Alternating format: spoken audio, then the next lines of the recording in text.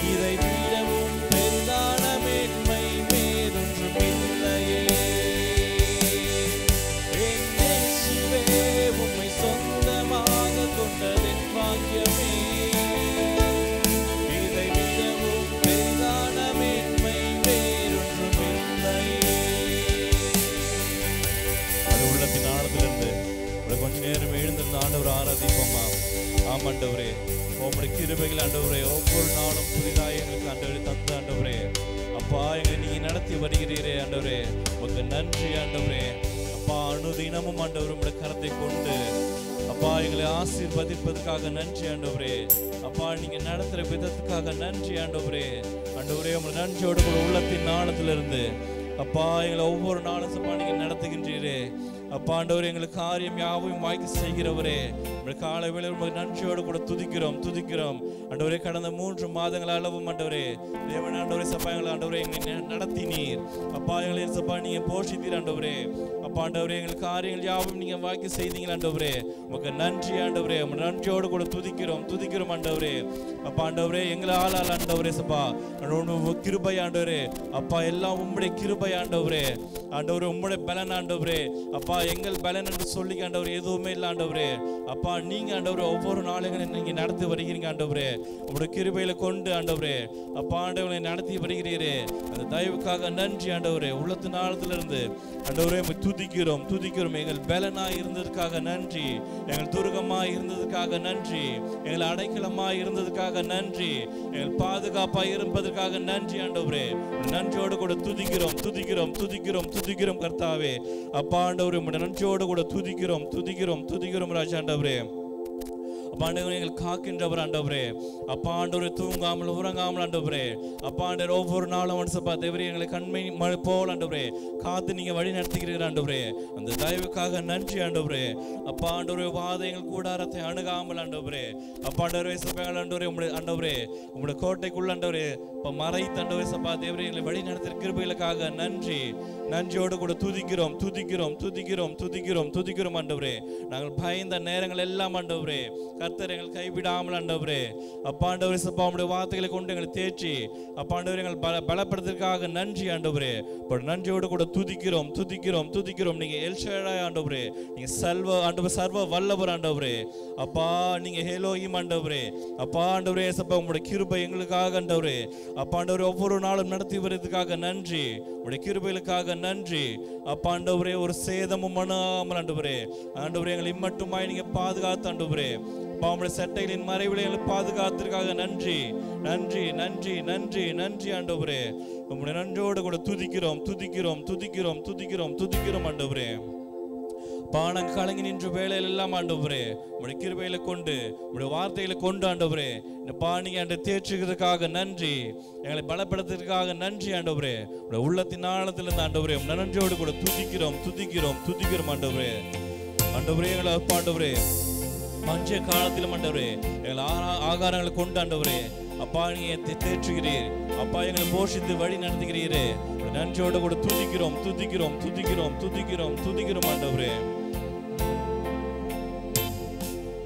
என்னை காக்கும் தேவன் உண்டு. நான் கலங்கிடும் நேரம் கிருபை உண்டு. என்னை காக்கும் தேவன் உண்டு. நான் கலங்கிடும் நேரம் கிருபை உண்டு. தம் சிறகுகளால் ஓடி மறைத்து தூங்காமல் உறங்காமல் பாதுகாத்தே. தம் சிறகுகளால் ஓடி மறைத்து தூங்காமல் உறங்காமல் பாதுகாத்தே. வாதை என் கூடாரத்தை அணுகாமலை காத்திடுவார்.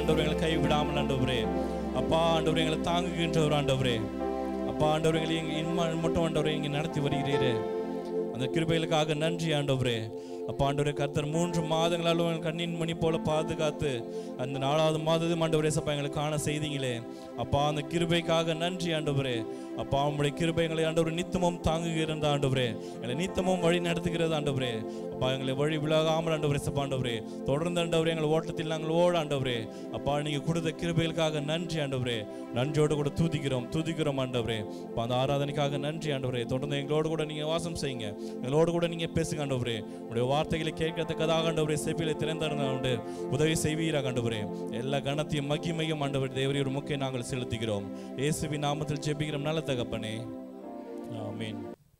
சங்கீதம் 63வது அதிகாரம் சங்கீதம் 63 3வது வசனம்.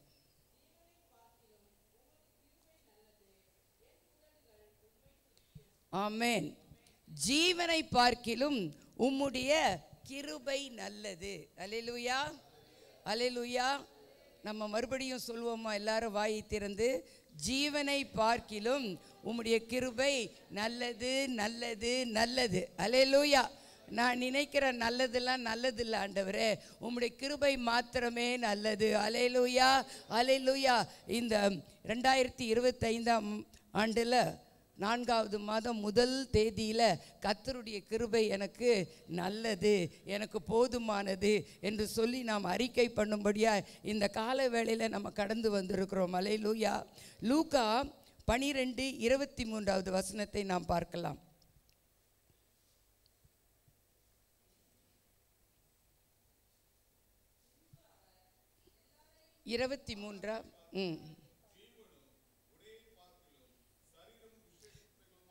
ஆகாரத்தை பார்க்கிலும் ஜீவனும் உடையை பார்க்கிலும் சரீரமும் விசேஷித்தது, மேலானது. ஆகாரத்தை பார்க்கிலும் ஜீவன், ஜீவனா நம்மளுடைய உயிர். ஜீவன் ஆகாரத்தை பார்க்கிலும் விசேஷித்தமானதா. அதனால் என்ன சொல்கிறாருன்னா, ஆகாரத்துக்கு முக்கியத்துவம் இல்லை, எதுக்கு தான் முக்கியத்துவம்? ஜீவனுக்கு தான் முக்கியம். ஆகையினால் ஆகாரம் உட்கொள்ளாமல் இருக்க முடியுமா? கட்டாயம் ஆகாரம் வேணும். அந்த ஆகாரம் எப்படி இருக்கணும்? நமக்கு நன்மை பயக்கிறதா இருக்கணும், நன்மை விளைவிக்கிறதா இருக்கணும், நியூட்ரிஷியஸ் ஃபுட்டாக இருக்கணும். யூடியூப்லலாம் இப்போ என்னங்க, இதை சாப்பிடுங்க, அதை சாப்பிடுங்க, இதை சாப்பிடுங்க, அதை சாப்பிடுங்க, பார்த்துக்கிட்டே இருக்கணும். எதை தான் சாப்பிட்றதுன்னே தெரில, எதை விடுறதுன்னே தெரில, அவ்வளோ காரியங்களை நாம் பார்க்குறோம். அப்போ ஏன் இதெல்லாம் அவங்க சொல்கிறாங்க? நம்ம ஜீவன் மேலானது. ஆனால் ஆகாரத்தையே நம்ம சார்ந்து வாழக்கூடாது. சிலர் பிழைக்கிறதுக்காக சாப்பிடுவாங்க, சிலர் சாப்பிட்றதுக்காகவே பிழைப்பாங்க, வாழ்வாங்க. அப்படி இருக்கக்கூடாது. ஆகாரம் நமக்கு எப்படியாக இருக்கணும்? ஆகாரம் ஜீவனுக்கு அடுத்தது தான். ஆனால் ஆகாரம் நமக்கு தேவை. அது எப்படி தேவை, எப்படி உண்கணும், எவ்வாறு உண்கணும், எந்த அளவுக்கு உண்கணும், எந்த நேரத்தில் உண்ணணுன்றது தான் முக்கியமான ஒரு குறை. ஆகையினால் நம்முடைய ஜீவன் தான் மேலானதாக பார்க்கிறோம். அடுத்து, உடையை பார்க்கிலும் சரீரம் விசேஷித்தவை. அப்போது நம்ம என்ன நினைக்கிறோம்? நல்லா உடை போட்டுட்டா நல்லா கெத்தாக இருப்போம், ஆள் பாதி ஆடை பாதின்னு சொல்லுவாங்க. ஆகையினால் நல்ல ட்ரெஸ் பண்ணிக்கிட்டா நம்ம எப்படி இருப்போம்? ரொம்ப நல்லா இருக்கணும், நம்ம மதிப்பாங்க. அப்படி தான் எல்லாருமே அப்படி தான் நினைக்கிறோம், நல்லா ட்ரெஸ் பண்ணணும் அப்படின்னு. அந்த உடைக்கு அதிக முக்கியத்துவம் கொடுக்கறத விட உங்கள் சரீரத்தின் மேலே நம்ம எப்படி இருக்கணும்? கவனமாக இருக்கணும். ஏன்னா சரீரம்தான் என்னது? தேவன் தங்குகிற ஆலயமாய் இருக்கிறது. நான் பரிசுத்தராய் இருக்கிறது போல நீங்களும் பரிசுத்தராய் இருங்கள் என்று வேத வசனம் சொல்லுகிறபடினால சரீரம்தான் விசேஷித்தது. ஆகையினால உடையை நம்ம போட்டுக்கொள்ள வேண்டாம்னு சொல்லலை, போட்டுக்கலாம். ஆனால் சிலர் உடைக்கு அதிகமான முக்கியத்துவம் கொடுப்பாங்க. வெள்ளை தான் போடணும், இப்படி தான் போடணும், அப்படி தான் போடணும், அப்படி போட்டால் தான் என்னது? பரிசுத்தம். வெள்ளை போடுறது தப்பே இல்லை, நல்லா அழகாக தான் இருக்குது. வெள்ளை போட்டுட்டு வந்தால் எல்லாரும் வெள்ளையில் அழகாக தான் இருக்குது, தேவ தூதர்கள் போல தான் இருக்குது. ஆனால் வெள்ளையில் தான் பரிசுத்தம் வருகிறதுன்னு நினைக்கக்கூடாது. அதனால தான் சொல்கிறாரு, உடையை பார்க்கிலும் சரீரம், இந்த சரீரம் பரிசுத்தமாக இருக்கணும். அல்லேலூயா. அதுக்கு அழுக்கு துணி போட்டுட்டு வரணும்னு அவசியம் இல்லை. உடை வேணும், ஆனால் முக்கியத்துவம் எதற்கு? சரீரம். இது தேவன் தங்குகிற ஆலயமாக இருக்குது. ஒருவன் இந்த சரீரத்தை கெடுத்தா நான் அவனை கெடுத்துருவேன்னு சொல்கிறாரு. ஆகையினால தேவன் உலாவுகிற வாசம் செய்கிற சரீரமாய் நாம் இருக்கிறோமா, தேவ ஆலயமாய் இருக்கிறோமா என்பதுதான் அதிக முக்கியத்துவம் வாய்ந்ததாக இருக்குது. தண்ணி அதில் இருக்குமா, முக்கியத்துவம் வாய்ந்ததாக இருக்கிறது. ஆகையினால உடையை பார்க்கிலும் சரீரம் விசேஷித்தவை, ஆகாரத்தை பார்க்கிலும் ஜீவன் மேலானது. ஆனால் அந்த ஜீவனை பார்க்கிலும் மேலானது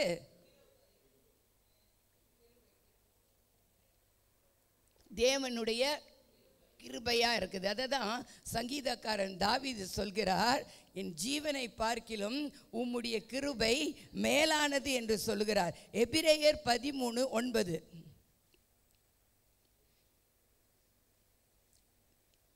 பலவிதமான அந்நிய போதனைகளால் அலைப்புண்டு திரியாதிருங்கள்.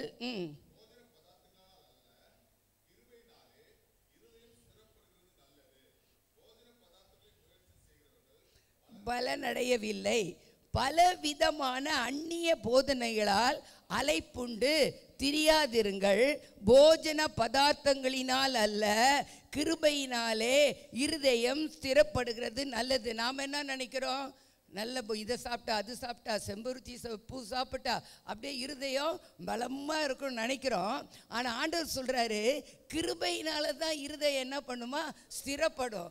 நம்ம ஜிம்முக்கு போனால் ஜம்முன்னு இருக்கலாம்னு நினைக்கிறோம், ஆனால் ஜிம்முக்கு போய் டொம்முன்னு விழுந்து சாகிறவங்களும் இருக்கிறாங்க. ஆகையினால போஜன பதார்த்தங்களாலும் பலவிதமான அந்நிய போதனைகள், சிலர் சொல்கிறாங்க யோகா பண்ணு, இது பண்ணு, எக்ஸசைஸ் பண்ணு, அது எல்லாமே பண்ணாலும் நாம் உடைக்கப்படுகிற நேரத்திலெல்லாம், நம்ம கைவிடப்படுகிற நேரத்தில் எல்லாம், நம்மை நிந்திக்கிற நேரத்தில் எல்லாம், நம்மளை புறக்கணிக்கிற நேரத்தில் எல்லாம் நம்முடைய இருதயம் பலப்பட வேண்டும் என்று சொன்னால், நம்முடைய இருதயம் ஸ்திரப்பட வேண்டும் என்று சொன்னால், நமக்கு தேவை அவருடைய கிருபை தான். அல்லேலூயா. எத்தனை முறை மற்றவருடைய நிந்தனைகள்னால நம்ம எத்தனை முறை நம்ம அவதிப்பட்டிருக்கிறோம், எத்தனை முறை நம்முடைய மானமே பறி போயிடுச்சு போல இருக்குதே என்று சொல்லி எவ்வளவு அசிங்கப்பட்டு நின்று இருக்கிறோம்.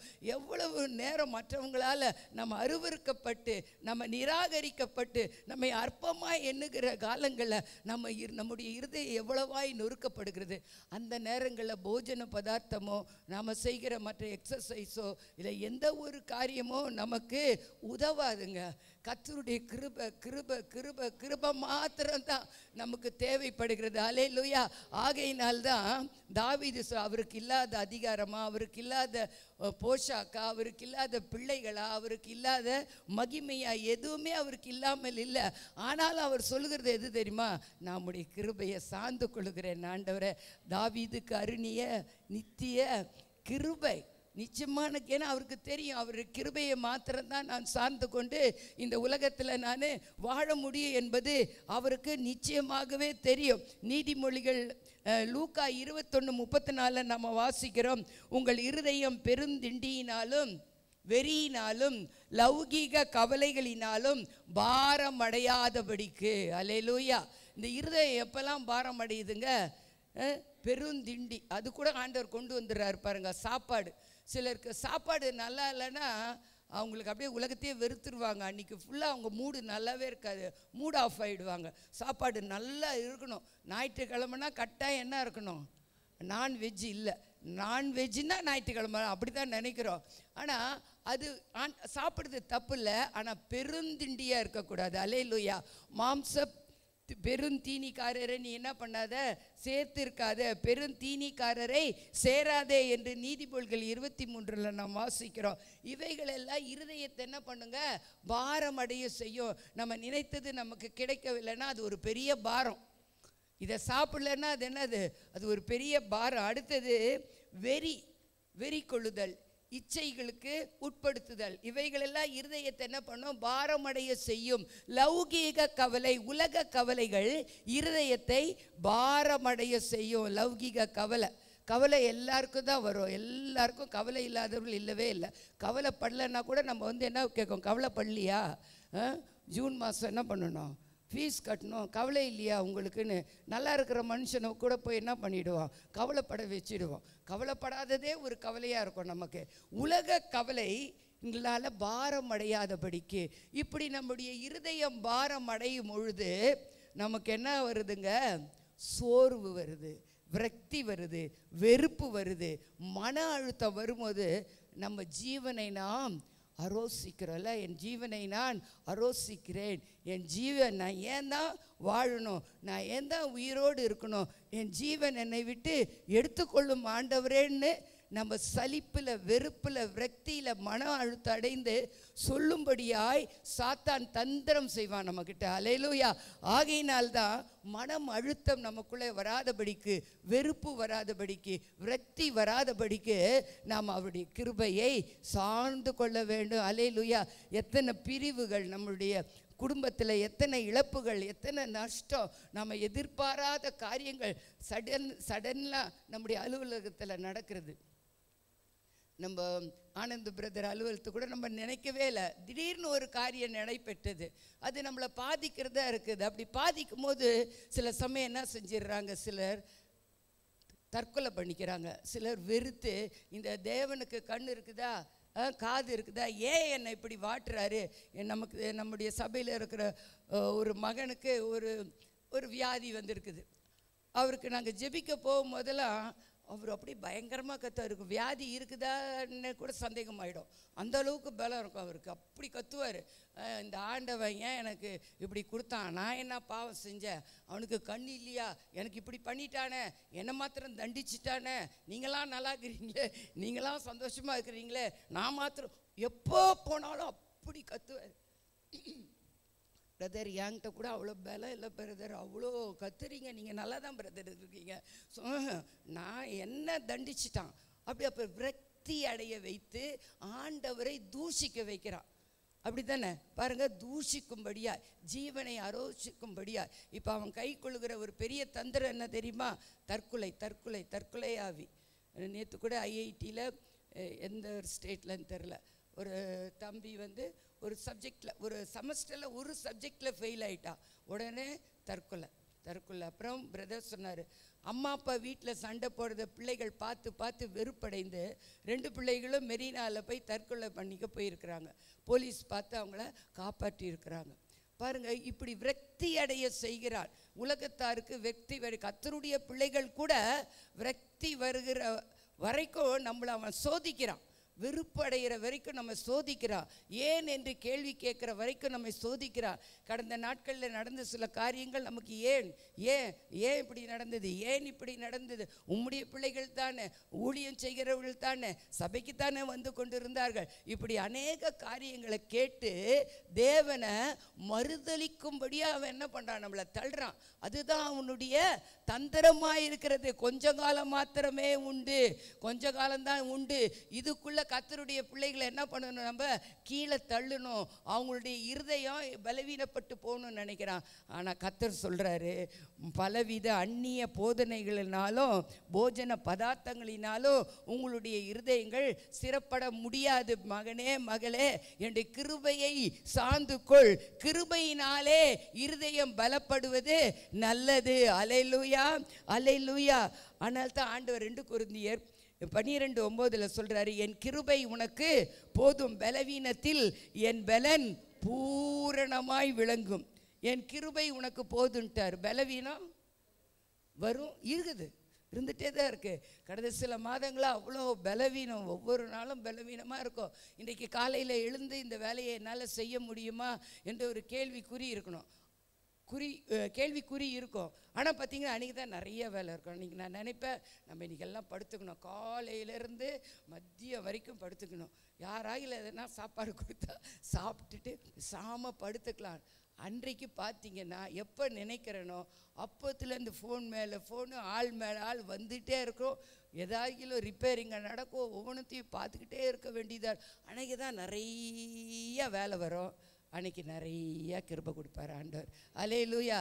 இதை நானாக செஞ்சேன் நினைக்கிற அளவுக்கு இன்னைக்கு நம்ம இழுத்து போத்திக்கிட்டு படுத்துக்கலான்னு நினைக்க ஆண்டவர் விடவே மாட்டார். எழுந்திரின்றார். தூசியை இதெல்லாம் தூசி உதறிட்டு பலவீனம் இருக்கும், ஆனால் என் பலன் பூரணமாய் விளங்கும். கொஞ்சம் நஞ்சம் இல்லைங்க, பூரண என் கிருபை உனக்கு போதும்னு சொன்னார். ஏனென்றால் கிறிஸ்துவின் வல்லமை என்மேல் தங்கும் பொருட்டு என் பலவீனங்களை குறித்து நான் என்ன பண்ணுவேன், மேன்மை பார். யாருன்னா பலவீன குறித்து மேன்மை பாராட்ட முடியுமா?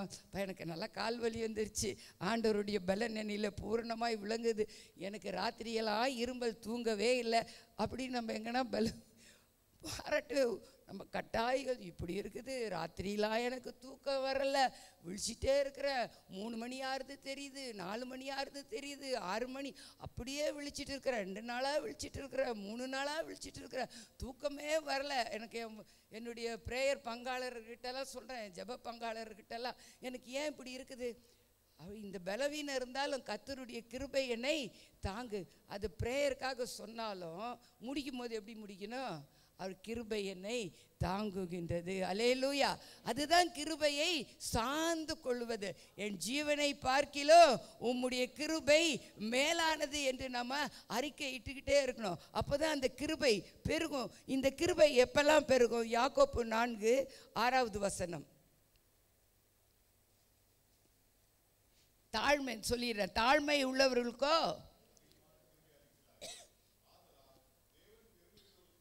பெருமை உள்ளவர்களுக்கு, பெருமை இருந்தாலே அந்த இடத்துல கிருபை கிரியை செய்யாது. அல்லேலூயா. எந்த விஷயத்தில், அது ஆவிக்குரிய விஷயமா இருந்தாலும் சரி, அது சரீர பிரகாரமான விஷயமா இருந்தாலும் சரி, எதுவாக இருந்தாலும் நமக்கு பெருமை இருக்கவே கூடாது. ஒருவனுக்கு திரளான ஆஸ்தி இருந்தாலும் அது அவனுக்கு ஜீவன் அல்லவே என்று லூக்கா 12 பார்க்கிறோம். சிலருக்கு அவங்க பிள்ளைங்க தான் உயிர், சிலருக்கு என் புருஷன்னா உயிர், சிலருக்கு அவங்க மனைவினா உயிர், சிலருக்கு அவங்களுடைய சொத்து மேலே உயிர், தங்கத்து மேலே உயிர், அவங்க பாதுகாத்து வைத்திருக்க பொருட்கள் மேலே அவங்களுக்கு என்னது உயிர். ஆனால் ஆண்டவர் சொல்கிறாரு, அதெல்லாம் உனக்கு ஜீவன் அல்ல. அல்லேலூயா. எவ்வளோ திரளான எவ்வளோ காரியம் படிப்பு இருந்தால் கூட அது கூட உனக்கு ஜீவன் கிடையாது. அல்லேலூயா. நான் கொடுத்தது தான் உனக்கு ஜீவன், இவைகளெல்லாம் உனக்கு ஜீவனை கொடுக்காதுன்னு சொல்கிறார். அல்லேலூயா. எதெல்லாம் எனக்கு ஜீவனை கொடுக்கணும்னு நினைக்கிறீங்களோ அது அப்படியே மாறா நமக்கு எதிராக செயல்படும். ஏன் ஆண்டவர் அப்படி செயல்பட வைக்கிறாருன்னா, உன் நம்பிக்கை யார் மேலே இருக்கணும்? ஆண்டவர் மேலே இருக்கணும். அல்லேலூயா. அல்லேலூயா. ஆகையினால எவ்வளவு திரளான ஆசை தான் அந்த ஐஸ்வர்யவான் 12 லூக்கால நம்ம பார்க்கிறோம். அவனுக்கு அவனுடைய நிலம் நன்றாக விளைந்தது, நல்ல ஒரு மகசூல் இருந்தது. அப்போ அவன் என்ன சொன்னான்? என்னுடைய களஞ்சியங்கள்லாம் போதவில்லையே, இடித்து பெரிதாக கட்டுவேன், என் ஆத்துமாவே நீ என்ன பண்ணு, புசித்து குடித்து பூரிப்பாய் மகிழ்ச்சியாக இரு அப்படின்னு சொல்லும்போது ஆண்டவர் என்ன சொன்னார்?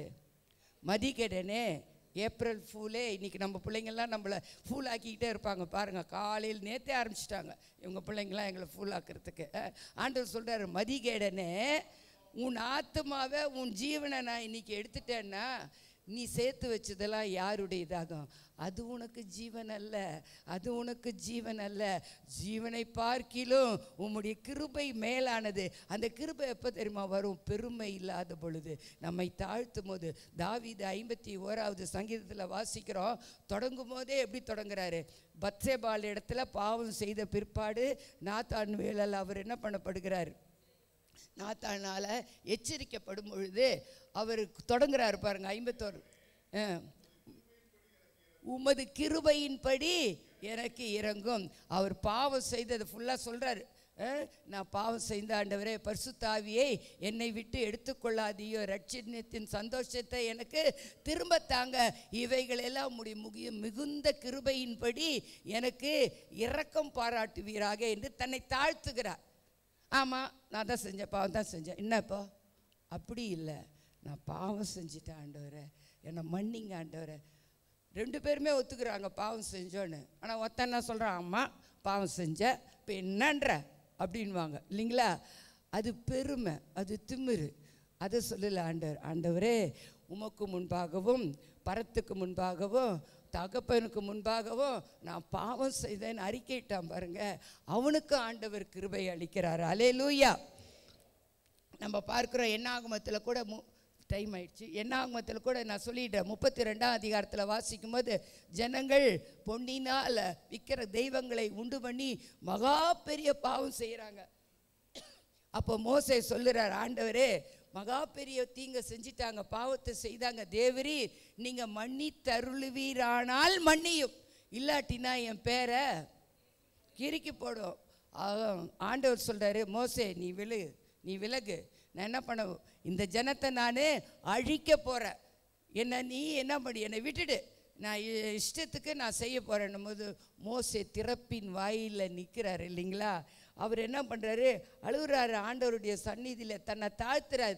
என் பேரை கூட என்ன பண்ணிட்டுங்க ஆண்டவரே, கிறுக்கி கூட போட்டுருங்க அப்படின்னு சொல்லி ஆண்டவர்கிட்ட தன்னுடைய ஜனங்களுக்காக தன்னை தாழ்த்தும் போது கர்த்தர் கிருபை அளிக்கிறார். அப்போ சொல்கிறாரு, மோசே என் கண்களின் உனக்கு கிருபை கிடைக்குது, நீ போ, நான் கூட வருவேன், என் சமூகம் உனக்கு முன்பாக உனக்கு இளைப்பாறுதல் தருவேன். அல்லேலூயா. ஆண்டவர் சொல்கிறார், உனக்கு நான் இளைப்பாறுதல் தருவேன், என்ன நீ பிடிச்சிக்கிட்ட இல்லை, உன்னை நீ தாழ்த்தினாய் அல்லவா, உனக்கு நான் கிருபை தருவேன். அடுத்தது 2வது வசனம், நீதிமொழிகள் 14:22.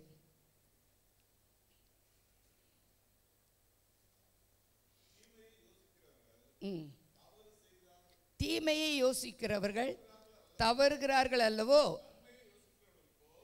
கிருபையும் சத்தியமும் உண்டு. அப்போ நன்மையை யோசிக்கிறவர்களுக்கு கர்த்தர் என்ன பண்ணுறாரு, கிருபையும் சத்தியமும் அவர் கொடுக்கிறார். நம்ம 2 கொரிந்தியர் 8ஆம் அதிகாரத்தில் பார்க்கும்போது நம்ம வாசிக்க வேண்டாம், நான் சொல்லிடுறேன். மக்கதோனியா நாட்டு சபையார் மிகுந்த உபத்திரமும் மிகுந்த தரித்திரமும் உடையவர்களாக இருந்தோம். வாசிங்க பிரதர் அந்த ஃபர்ஸ்ட்.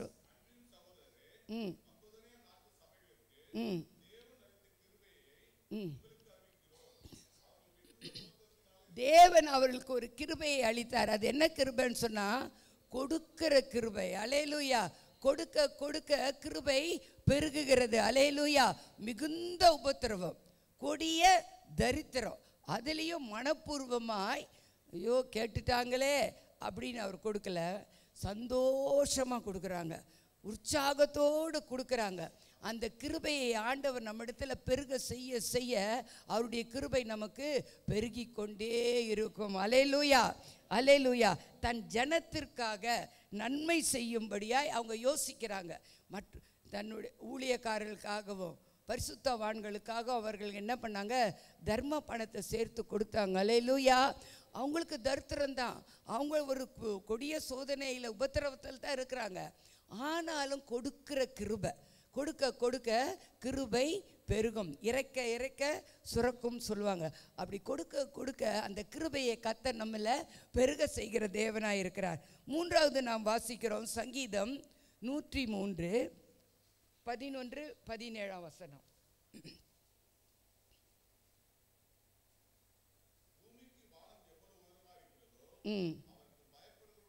அவருக்கு பயப்படுகிறவர்கள் மேல் அவர் கிருபை அவ்வளவு பெரிதா இருக்கிறது.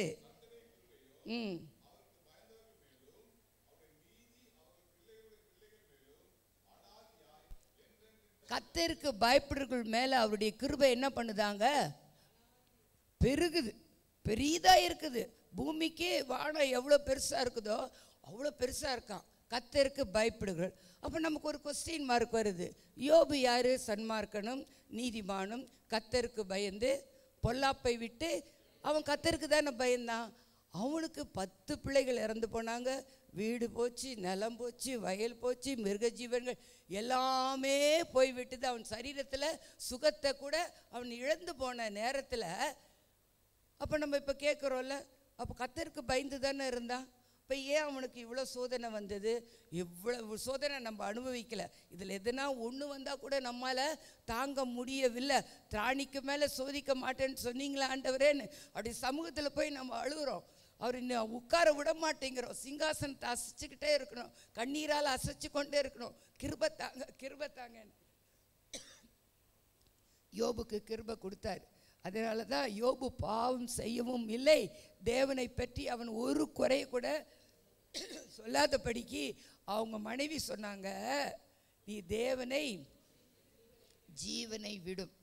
அப்புறம் அவர் என்ன சொன்னார், ஜீவனை பார்க்கிலும் அவருடைய கிருபை மேலானது, கர்த்தர் கொடுத்தார் கர்த்தர் எடுத்தார்னு சொன்னார். அல்லேலூயா.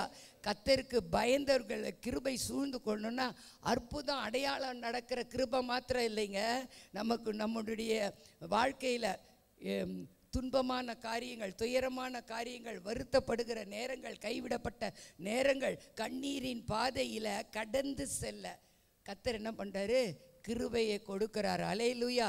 எத்தனை இழப்புகள் நம்முடைய குடும்பங்களில் இருக்குது.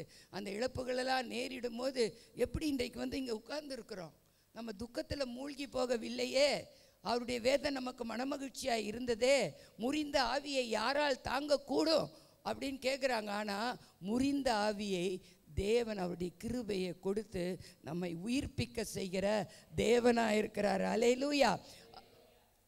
அடுத்து 2 பேதுரு 1:2.